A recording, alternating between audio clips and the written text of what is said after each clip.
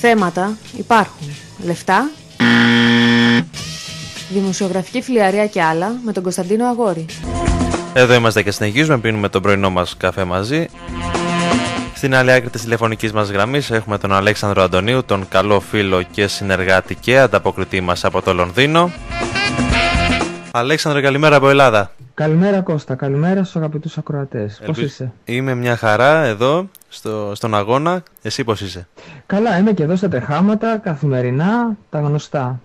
Από την επικαιρότητα πρώτα απ' όλα, εδώ στην Ελλάδα μας απασχολεί ιδιαίτερο στο θέμα της Αιγύπτου, οι αναταραχές που υπάρχουν εκεί, οι μάχες με την κυβέρνηση. Εκεί τι βλέπετε, εκεί τα βρετανικά μέσα τι λένε, τι αναφέρουν?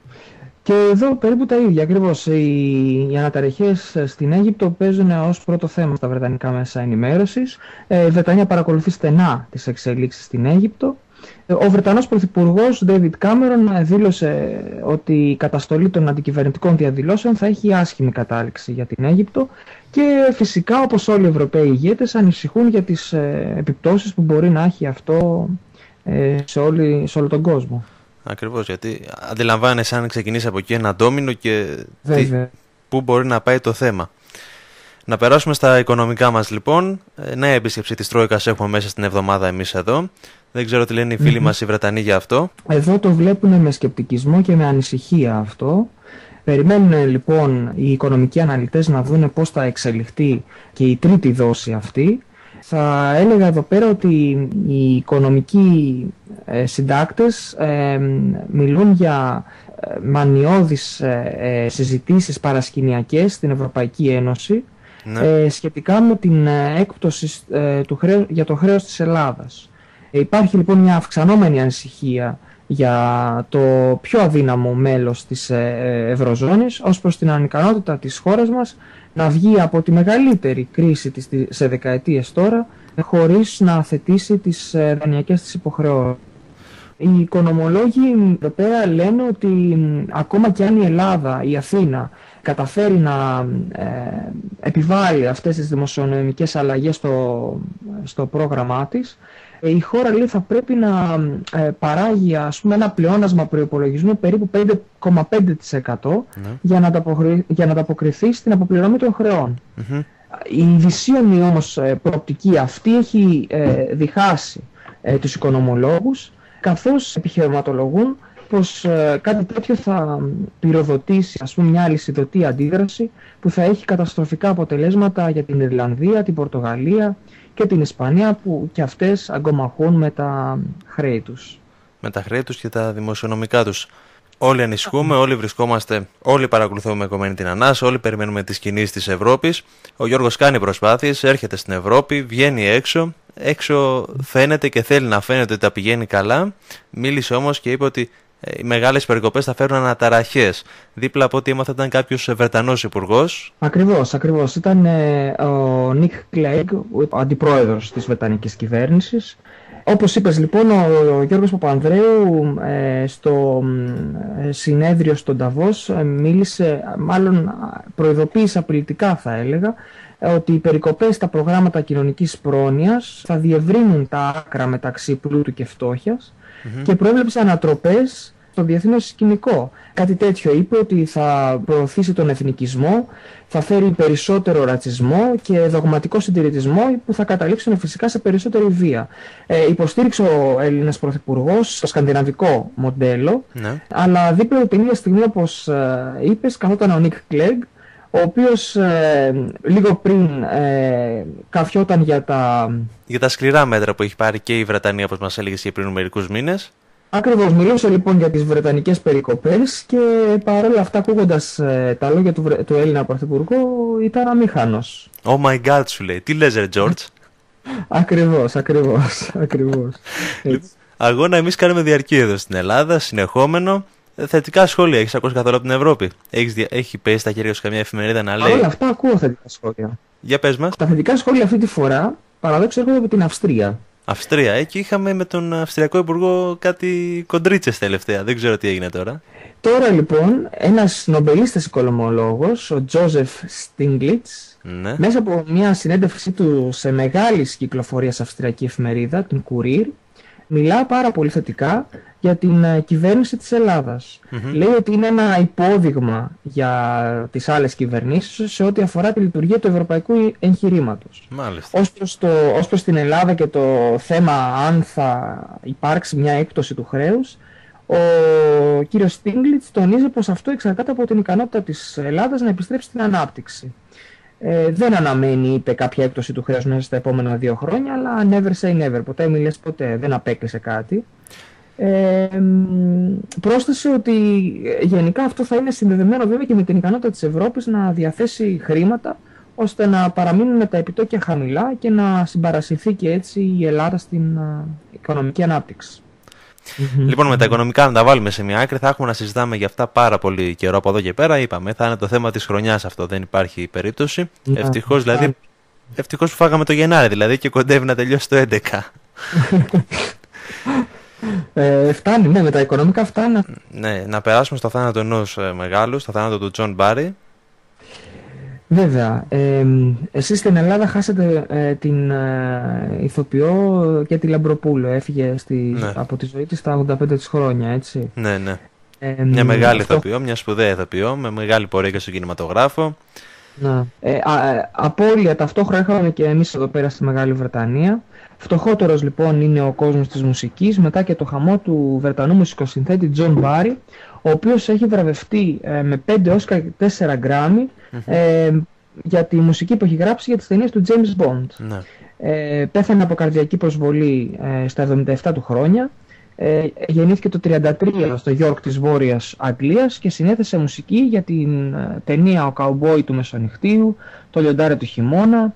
Ανάμεσα στις ταινίες του διάσημου κατασκόπου είναι αυτές με τίτλο «Από τη Ρωσία με αγάπη», «Ο Χρυσοδάχτυλος», «Ζεις μονάχα 2 φορές». Ναι. Να θυμίσω εδώ πέρα ότι για την ταινία, για τη μουσική που έγραψε στην ταινία «Χορεύοντας με τους Λύκους» και κέρδισε 3 Όσκαρ. Με συγχωρείς, κέρδισε Όσκαρ για το «Χορεύοντας με τους Λύκους», για το «Πέρα από την Αφρική» και για το «Born Free». Ναι. Αυτά για τον θάνατό του. Ένας σπουδαίος άνθρωπος, ένας σπουδαίος συνθέτης. Δυστυχώς μας άφησε. Να περάσουμε τώρα στα του κινηματογράφου. Μια μεγάλη ταινία, μια ταινία που κάνει πάταγο όχι μόνο στη Βρετανία. Ο λόγος του Βασιλιά. Την είδες πρώτα απ' όλα? Βεβαίως και την είδα. Την είδα πρόσφατα στις γιορτές. Με ενθουσίες θα έλεγα. Πάρα πολύ ωραία ταινία. Και γι' αυτό έχει σαρώσει και τα βραβεία. Όχι μόνο στη Βρετανία αλλά και στο διεθνές σκηνικό. Ναι. Έχει αποσπάσει πάρα πολύ θετικές κριτικές. Πρόσφατα χτες κέρδισε το μεγαλύτερο βραβείο του Σωματείου Ηθοποιών στην Αμερική. Ναι. Ο Colin Firth, ο πρωταγωνιστής της ταινίας, ανακηρύχθηκε ως ο καλύτερος ηθοποιός από το σωματείο αυτό. Και όλο το cast της ταινίας πήρε βραβείο σε μια τελετή λαμπερή που διεξήχθη στο Λος Άντζελες. Μάλιστα. Άρα μας προτρέπεις και να τη δούμε και να την υποστηρίξουμε. Τη συστήνω ανεπιφύλακτα, θα περάσετε πάρα πολύ ωραία. Μια ωραία ταινία που ισορροπεί μεταξύ χιούμορ και δράματος. Μέσα σε όλα αυτά τα προβλήματα όμως που αντιμετωπίζει ο πλανήτης μας, ξέρεις τι μας λείπει το τελευταίο διάστημα? Τι μας λείπει? Ένας υπερήρωας. Δεν ξέρω αν πρέπει να... Σωστά, ένας υπερήρωας. Γιατί καλός είναι ο Γιώργος, η Λούκα και ο Λοβέρτος, αλλά αν δεν υπάρχει Σούπερμαν... Για να δούμε, θα καταφέρει να φτάσει ως την Ελλάδα αυτός ο Σούπερμαν επιτέλους? Αλίμονο. Ποιος είναι λοιπόν ο νέος Σούπερμαν? Ο νέος λοιπόν Σούπερμαν είναι ο Χένρι Κέιβιλ, που είναι περισσότερο γνωστός από τη συμμετοχή του σε μια πάρα πολύ διάσημη σειρά του BBC, που αναφέρεται στη δυναστεία του Τουιδόρ.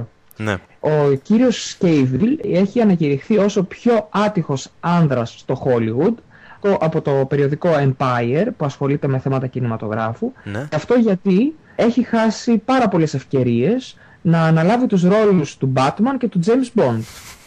Δηλαδή είναι και λίγο... Αυτή τη φορά λοιπόν όμως ήταν το τυχερό του. Το τυχερό του, αλλά δεν ξέρω για το ρόλο, για το συγκεκριμένο ρόλο. Μήπως ήταν λίγο, ξέρεις, αφού δεν μου κάτσαν όλοι οι άλλοι, μήπως είναι λίγο κατάτια. Όχι, δεν νομίζω. Νομίζω ότι είναι ευκαιρία του ανθρώπου. Μην το λες. Είναι, εδώ στη Βρετανία το έχουν πάρα πολύ. Θεωρούν είναι πολύ περήφανοι για αυτό το γεγονός, γιατί είναι ο τρίτος κατά σειρά Βρετανός ηθοποιός που παίρνει ρόλο υπερήρωα του Hollywood μέσα σε λίγους μήνες. Ο κύριος Κέιβιλ ακολουθεί τα βήματα του Christian Bale, του Batman, και του Andrew Garfield που ήταν ο τελευταίος Spider-Man. Ναι. Να σου κάνω μια ερώτηση. Αυτές οι οντισιόν για το συγκεκριμένο ρόλο πότε έγιναν περίπου? Έχεις ιδέα, ξέρεις, θυμάσαι? Για να είμαι ειλικρινής δεν το ξέρω, αλλά είναι πολύ πρόσφατες φαντάζομαι. Γιατί είχα έναν καλό Έλληνα και δεν με πήρε ένα τηλέφωνο. Το Γιώργο Παπακοσταντίνου. Όχι. Τον Απόστολο Γκλέτσο μπορεί να έχει μπλεχτεί με άλλα, αλλά είναι ο υπερήρωας του τοπικού συμφέροντος. Σωστά, θα σηκώνει και θα βγάζει μπάρες ως άλλο Σούπερμαν. Και θα πετάει. Σαφέστατα. Στη Λίδα Αθήνα. Και λέγοντας Απόστολο Γκλέτσο, φαντάζεσαι πόσες φίλες εκεί έξω λιγώσαν, εντός εισαγωγικών να πούμε. Χαμός πρέπει να γίνει. Έχεις δίκιο. Και για τις φίλες μας λοιπόν έχω ένα νέο αυτή τη στιγμή. Έτσι, μπράβο. Αυτό θέλω. Έτσι, πάντα. Έχω όμως, θα σου πω, δεν είναι μόνο για τις γυναίκες, είναι καλό και για τους άντρες και θα σου εξηγήσω αμέσως γιατί. Μια πρόσφατη έρευνα λοιπόν έδειξε ότι οι δεσποινίδες και οι κυρίες θα πρέπει να ξεχάσουν το τρεμοπαίξιμο των βλεφάρων, το ελαφρό τίναγμα των μαλλιών και τα γελάκια στα αστεία, προκειμένου να φλερτάνουν έναν άντρα. Ναι. Οι ψυχολόγοι έδειξαν ότι ο πιο γρήγορος τρόπος για μια γυναίκα για να κερδίσει το ενδιαφέρον ενός άντρα είναι απλώς να αγγίξει τον μπράτσο του με έναν ευγενικό και πρόσχαρο τρόπο. Ναι. Οι ερευνητές βρήκαν ότι το 1/3 των ανδρών που αγγίχτηκαν, ας πούμε, από γυναίκες, που τους άγγιξε μια γυναίκα, ναι, ξεκίνησαν την συζήτηση με τη γυναίκα άμεσα και γρήγορα, ενώ μόλις 16% προσπάθησαν να μιλήσουν σε γυναίκα που δεν τους ελκύε φυσικά, έτσι. Αλλά το ίδιο πράγμα δουλεύει και αντίστροφα. Δηλαδή μια άλλη έρευνα πιο πρόσφατη, παρόμοια με αυτή, έδειξε ότι οι γυναίκες είναι πιο πιθανό να χορέψουν με έναν άντρα εάν ο άντρας τις αγγίξει στο μπράτσο λίγο πριν. Σοβαρά, Ναι, οπότε προσέχεις, ξέρεις από εδώ πέρα τις στρατηγικές. Ξέρεις τι θα γίνει. Ξέρεις τι θα γίνει τώρα στους δρόμους που θα ορμάει ο ένας πάνω στον άλλο να πιάσει τα μπράτσα. Έτσι, απαλά και ξέρεις, χαλαρά και με ωραίο τρόπο, όχι πια βλέφαρα και μαλλιά, τα ξεχνάμε αυτά. Μπαμ στο ψητό κατευθείαν. Έτσι, βέβαια αυτοί που κάνουν την έρευνα δεν έχουν μελετήσει καλά την ιστορία, αυτό θέλω να πω, γιατί υπήρχε αυτό, ως αποτέλεσμα είχε βγει ως στρατηγική από προϊστορικά, από παλιά, πολύ παλιά. Τι έχεις στο μυαλό σου, για πες μου έτσι. Θυμάμαι τους προγόνους μας, τους άνδρες, που βγαίναν στη γύρα με τα ρόπαλα, μπαμ, τις ακουμπάγαν στο κεφάλι και τις... για εποχές ανθρώπου Νεάντερταλ, Ναι, και τις έραναν στη σπηλιά, σου λέει τέλειωσε, αυτό ήτανε. Μαγεία. Εξελιχτήκαμε λίγο από το ρόπαλο, φτάσαμε στο απλό άγγιγμα. Είδες. Πάλι καλά. Είδες, πώς αλλάζει. Νομίζω ο άνθρωπος του Νεάντερταλ τη γυναίκα την έπαιρνε και από τα μαλλιά και την έσαιρνα κιόλας κάπως έτσι. Βέβαια, την είχε μπαμ, σου λέει ναι, την άγγιζε, όχι στο μπράτσο, αλλά στο κεφάλι και την έσαιρνε στη σπηλιά του. Λοιπόν, αυτά τα ωραία μας έφτιαξε την ημέρα, Αλέξανδρε. Και εγώ και εμένα μου αρέσει που μιλάμε κάθε πρωί έτσι. Εύχομαι ό,τι καλύτερο, να έχετε μια πολύ όμορφη μέρα και καλή συνέχεια. Και να ξέρεις ότι έχω πολλά μηνύματα από ακροάτρες κατά κύριο λόγο, οι οποίες ζητούν να τους πληρώσει τα εισιτήρια να έρθουν μέχρι το Λονδίνο. Λάμπρος, θα το κάνω. Θα μπορείς να φαντάζομαι να οργανώσεις μια οντισιόν, να ξέρω και εγώ τι θα κάνω, να αρχίσω να επισκεφτώ έτσι, να δω τι μπορώ να φέρω μαζί μου. Στο Facebook θα βάλω φωτογραφίες, μην ανησυχείς. Θα τρέξω διαγωνισμό.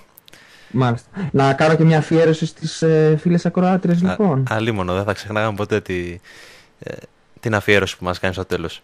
Λοιπόν, θα αφιερώσω λοιπόν ένα πολύ πρόσφατο τραγούδι της Duffy, καινούριο, της Βρετανίδας καλλιτέχνηδας, το Keeping My Baby. Πολύ ωραία και ταιριάζει και με την τελευταία έρευνα. Ακριβώς.